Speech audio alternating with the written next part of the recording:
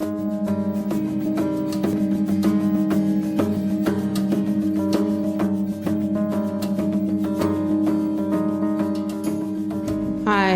Hi. I need to get some clarity about racism. Mm-hmm. And, you know, it's real uncomfortable for me even to talk about it here. Mm-hmm. Thank you for your courage. I'm still running into white people who get confused about who and what I am. Yes. And I've gone into restaurants and not been served, and it's not my imagination. And if I talk about the terror, then I'm told, you got a chip on your shoulder. If I don't figure out how to heal this fear, that I am going to be living by limitations. But this fear has sometimes, I've seen my sons beaten based on what they look like. Is that my imagination? No. Did you write a worksheet? Yes. Let's get the job done. You mean come up there? Sure. I'm not afraid of your fear. Okay. White people are scary. White people are scary. Is that true? Yes. So good. So now let's take it another step. White people are scary. Can you absolutely know that it's true, that it is they that are scaring you? I'm not sure. There's a part of me that wants to say yes, and there's a part of me that wants to say it's all I've ever been told. And how do you react when you think the thought, white people are scary, and you walk into a whole camp of them?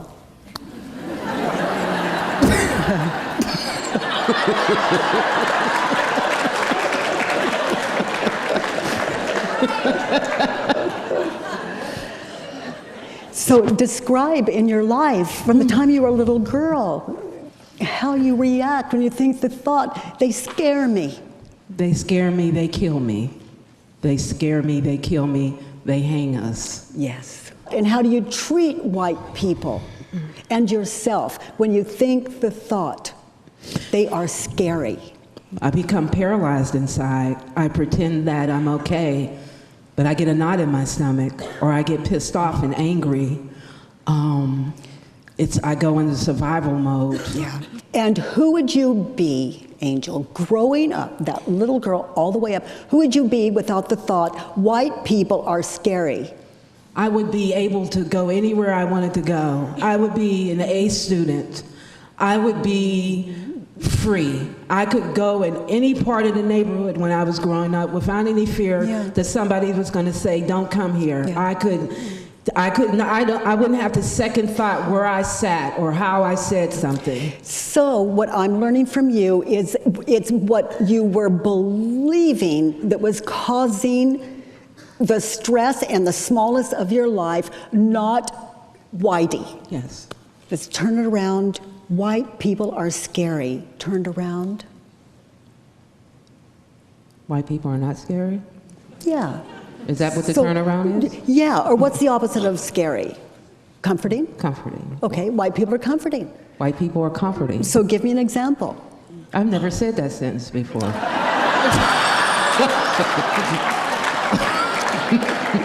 We're entering another paradigm. White people are comforting. Give me an example. In your life, as you look back at your life. Yeah, has to be. I have extraordinary loving and caring clients who are white, who are respectful. And comforting? And comforting.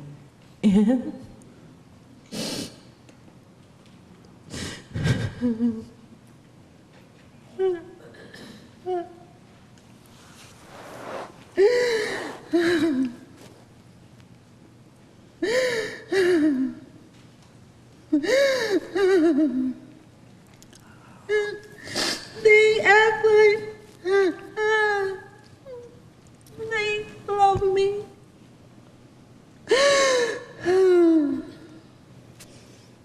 And is it comforting? But there's a part of me that doesn't want to believe it. It doesn't matter. It's comforting. It's comforting. No matter what your mind, it's comforting.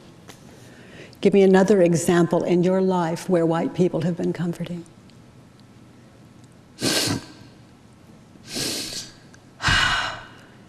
You see, we're stepping into reality here.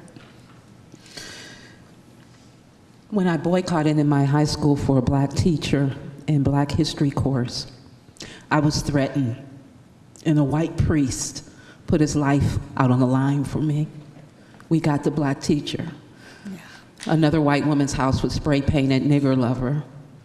And today, that was in 1971, she emails me. She calls me her second daughter. Yeah. That's comforting. Yes, that's comforting. Another example, white people are comforting. My mentor, my sponsor, is a white woman who sometimes says, your rage has really run me around the world, but I love you. You know? You probably comfort her. And she's still in my life. Yeah. You know, she's always in my life. Yeah. White people are comforting. White people are comforting. So look in those situations growing up. Find a moment in that little girl's life, in your life. Those examples are everywhere, aren't they? Yes. Yes. Yeah. When I'm not thinking with the blinders on, when I'm not thinking with grandma's story.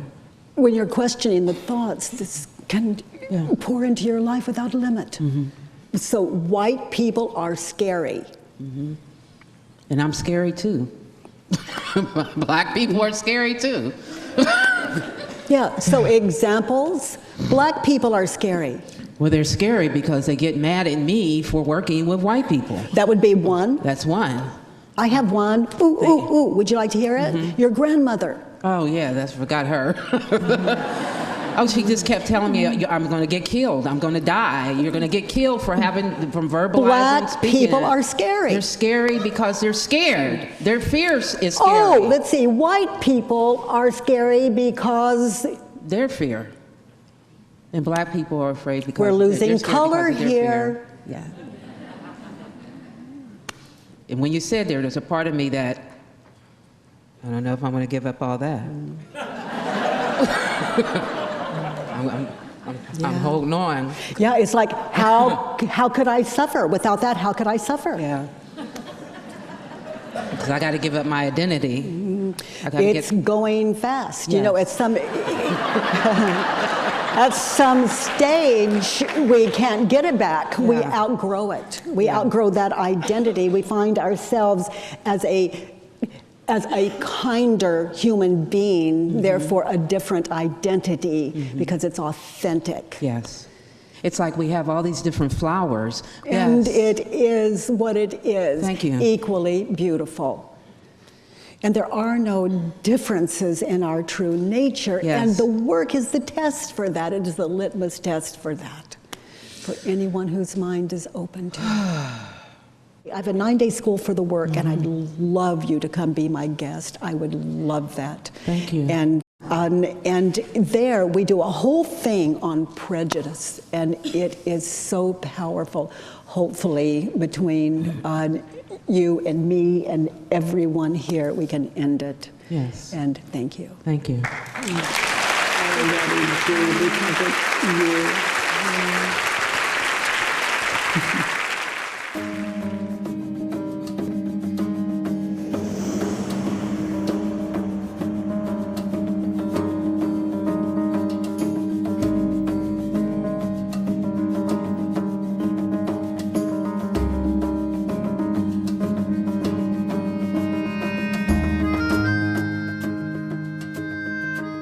To walk. I said, I'm not letting these skinny women be in front of me and leave me behind. I've walked hard to get to this point, so I was resenting them. You know, it's like, get out of my way. I was pissed off. I wanted to walk them down, and then all of a sudden, I was walking with Martin Luther King. I was like hallucinating, then I was saying, I hope there's no drive-by shooting this morning, because they're gonna get me. I'm in LA. Do I have the right colors on? I keep staring at my roommate and not saying anything to her, and I keep thinking she's saying this little angry black woman's gonna cuss me out. I keep wanting to say, I'm sorry, I looked all pissed off and crazy, and and rolling around in the bed and all this stuff. So I'm discharging. I'm an addict. You got me in withdrawal. So you need to be careful. Yeah.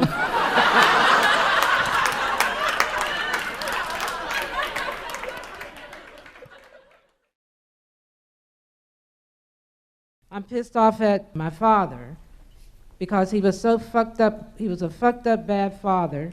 He was a bad father. Okay. Is it true? Yes. He was a bad father. I hear it. He was a bad father. He was a bad father. Can you absolutely know that it's true? He was a bad father. Yes. Good. And how do you react? What happens when you think the thought he was a bad father? Just totally disappointed. Angry. Numb. Depressed. And who would you be without the thought he's a bad father? Just a lighter life, a happier life, a life that feels more potentially positive. He's a bad father. Turn it around. He's a good father? Give me an example. He's a good father. He bought New York hot dogs in Pittsburgh for me to eat.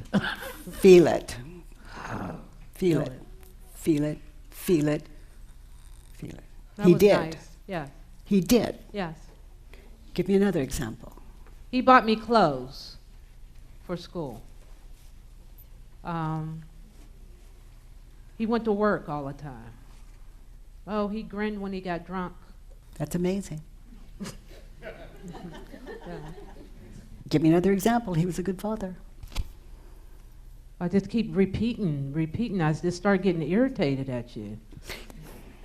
What? Yeah. It's like you want me to lie or something. That's all I can come up with. He went to work. He bought me clothes. He bought food. He grinned when he was drunk. And I would have to make up something to figure out something else good about him. He was alive. Or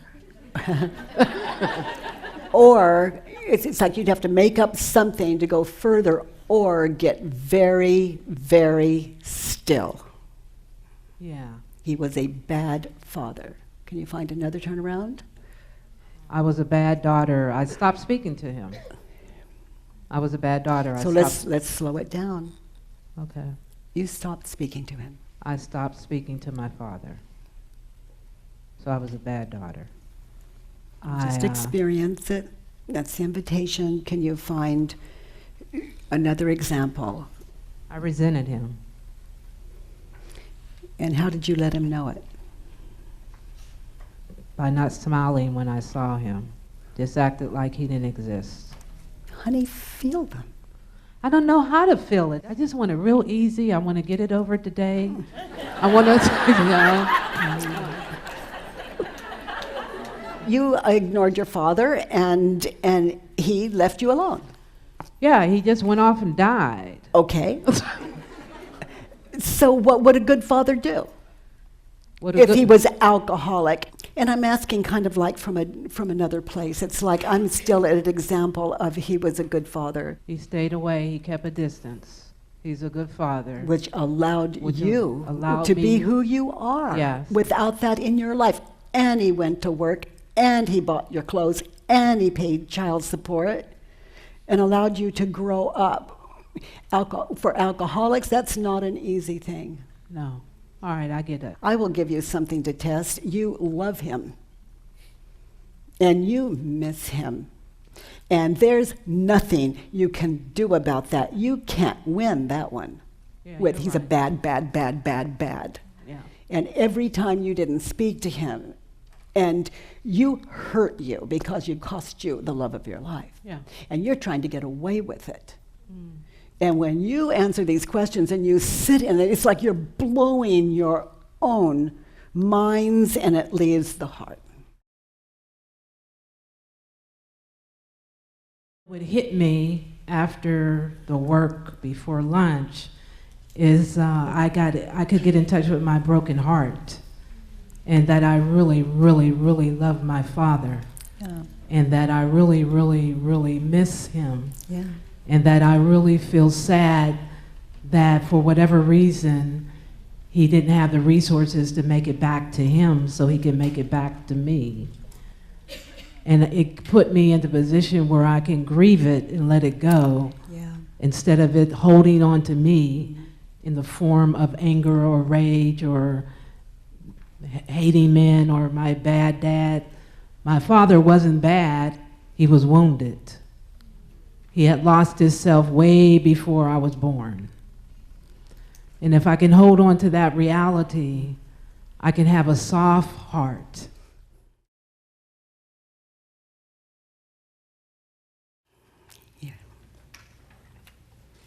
I was talking to someone from Ireland about black this, and he's saying, no history, don't be, forget the history, forget the history. And I'm saying, fuck you.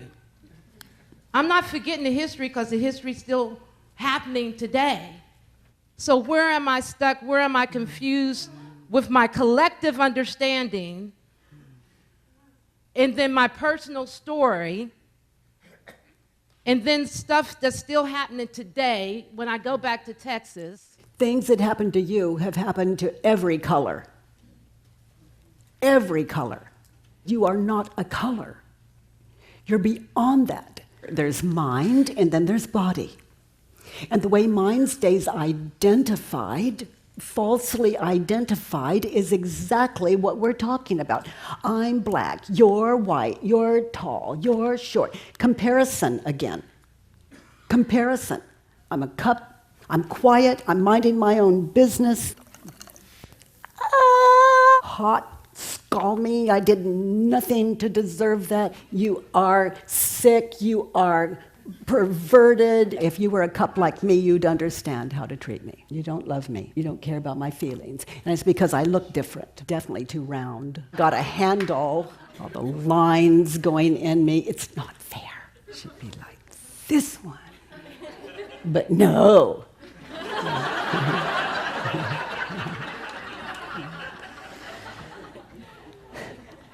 Mind identified as a cup. That's what it goes through.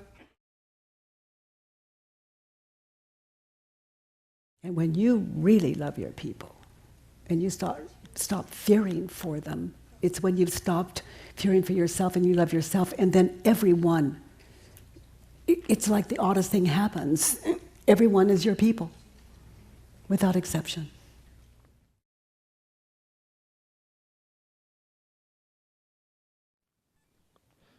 The thing I am most ashamed of is how I punished and beat my sons.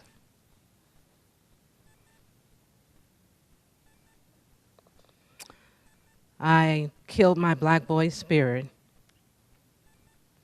I traumatized my son. I scared them to death. I broke my son's heart. I beat them to keep them alive. I was afraid of them. I shamed and humiliated them because they were black boys, so I could condition them to stay alive in America. I castrated my sons so they could get ready for the bigger castration. It was a tradition. So you broke your son's spirit, your son's spirit. Can you absolutely know that it's true that it is you that broke their spirit? No. How do you react when you think the thought, I broke my son's spirit? My heart breaks.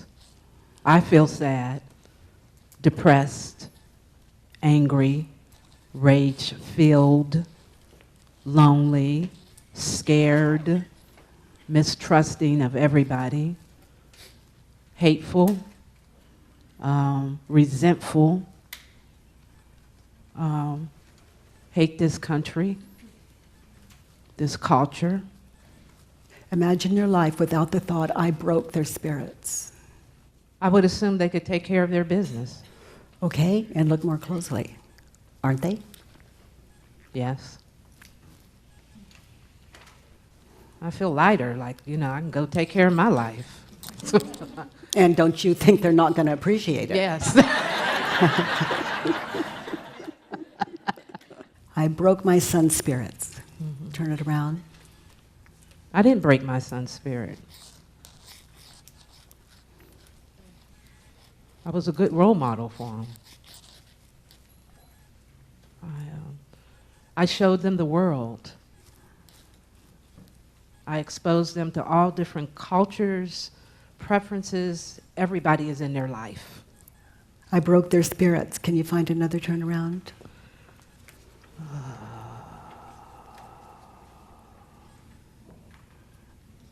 I broke their spirit. There's you. I broke my spirit. Oh, every time I hurt my son, I hurt my own spirit. Every time I beat my son, I beat my own spirit. Every time I disrespected my son's spirit, I disrespected my spirit. In the name of your country, you broke your spirit.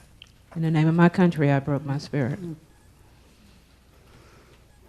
I kind of feel icky saying that, but... Well, we turn out to be that country we loathe. Yeah. It's like everything you're afraid your country's going to do to your sons, you did. Yes. Which you said right from the beginning. Yeah. I got to them before the country got to them. So I broke my spirit before the country broke my spirit. And has the country beaten your sons and talked to them the way you did? Yes and no. I mean, yes. Give me an example.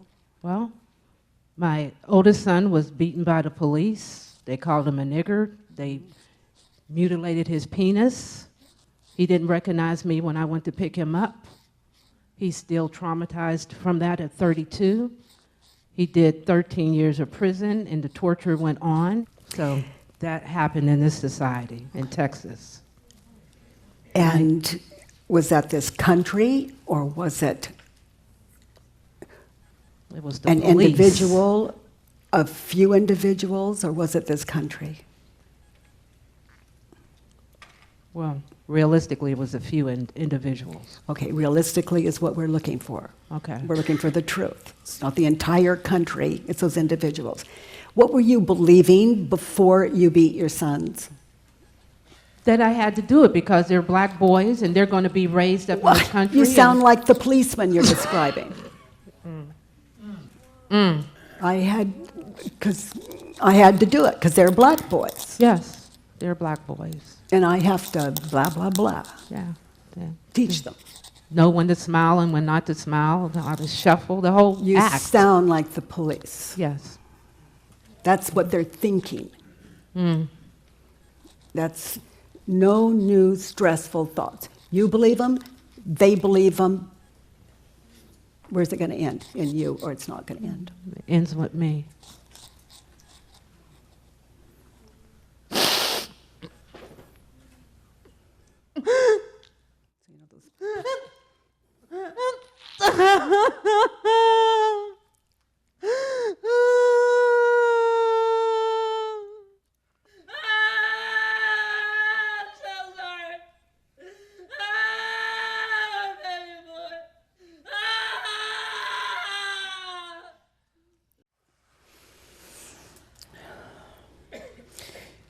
Everything you're experiencing on the other side of that is what the police that did that are trying to hold back.